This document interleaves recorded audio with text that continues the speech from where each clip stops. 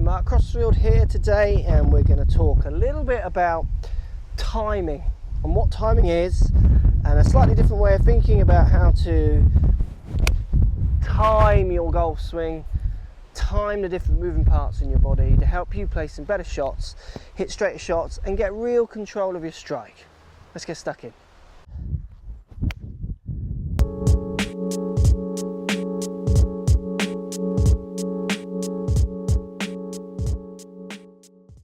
So timing, lots of videos on timing, lots of thoughts of counting 1, 2, 3 and all the rest of it.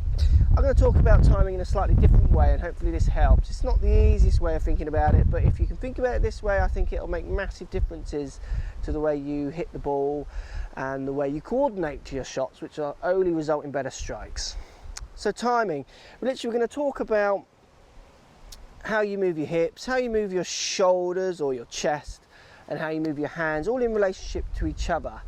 And I want you to start thinking about these three elements. So your hip or pelvis turn, your shoulder turn or chest turn, and then your hand turn. And I want you to start thinking about what times they move, or what speeds they move, when they go fast, when they go slow. So lots of us talk about, if we think about timing as the issues with timing that I see day in, day out, is I see people get to the top of the backswing, then fire their shoulders first, then their hands, then fire their hips first, which is the classic over the top slicers kind of swing.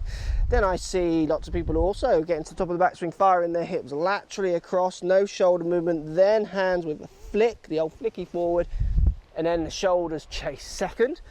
Where good timing, what you're after is your hips and your shoulders to move in a certain sequence. And for most of you, you're probably aware, top of your backswing, you're trying to fire your hips first, then your shoulders, then your hands. But I want you to think about doing that, which we're going to talk about in a second, but I also want you to think about when they should stop moving as well. So I've got a graph. I'm going to go over to a graph and have a look, which might help us, help me explain this to you a little bit clearer. So, the graph.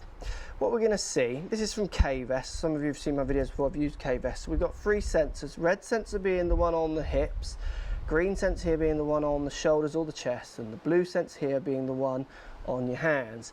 Now this line here is address on the left, top of the backswing, the first big bolded black line, second bolded black line is impact. Let's have a look.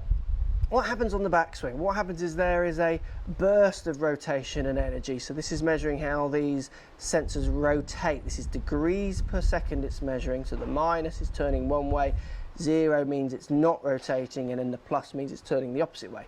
So backswing minus, everything starts closing, then it reaches peaks. You can see each one of them reach a peak, and then they start actually slowing down. So the hands get to up to the top of their rotation, then start slowing down before they get to the top of the backswing.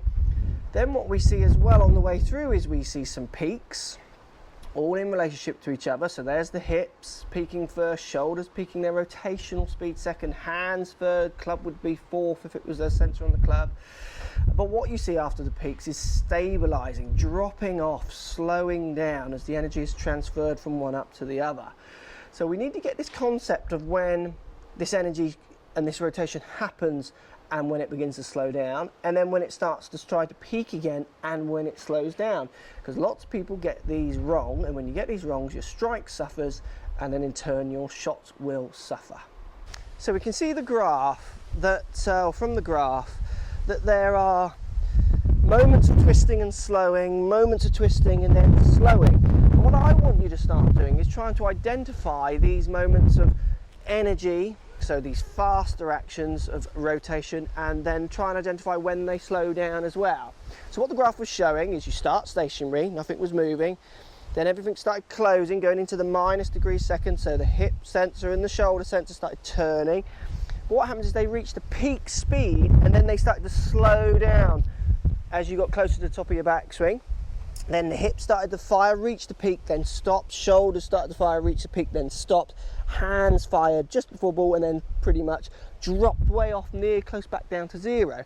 So they didn't stop rotating, and they didn't stop moving because it's not measuring lateral, but they stopped twisting at any noticeable speed. There were peaks and then there was drops.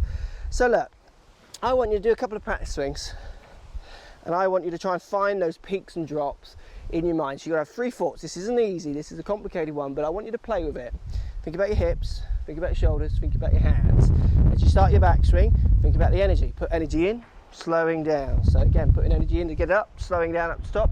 Put energy in and start bringing it down, slowing down. So think about those times. So go fast, slow, fast, slow. What you'll find is that the club does whip through. It whips through quite fast because releasing of the energy with your hips, shoulders and hands. So as you start to feel like they're slowing down or you're letting go of them, not increasing the speed, that energy is thrown out to the head and that is still increasing its speed.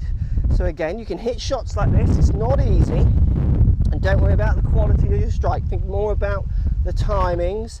Energy slow, energy slow, and you get that classic, what you see on telly, that finish. Think about the finish, what the tour players look like when they finish. They put in that very relaxed, controlled, balanced finish, and the balance is all coming from the stability as they come in to hit the ball, where everything is actually slowing down, it's stopping, apart from the club, which is throwing all the energy in and then into the relaxed finish. Let's just try that again.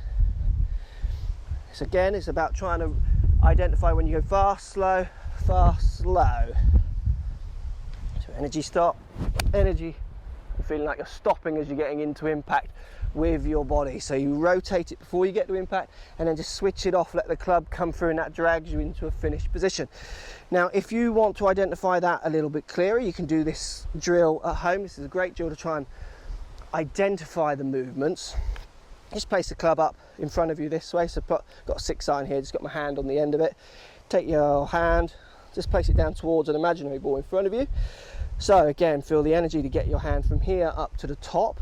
So turn, stop, then on the downswing, turn your hips, turn your shoulders, trying to keep the club away from an impact position, and then just let your hands go, let them just drop into impact. So again, fast, slow, fast, slow, drop.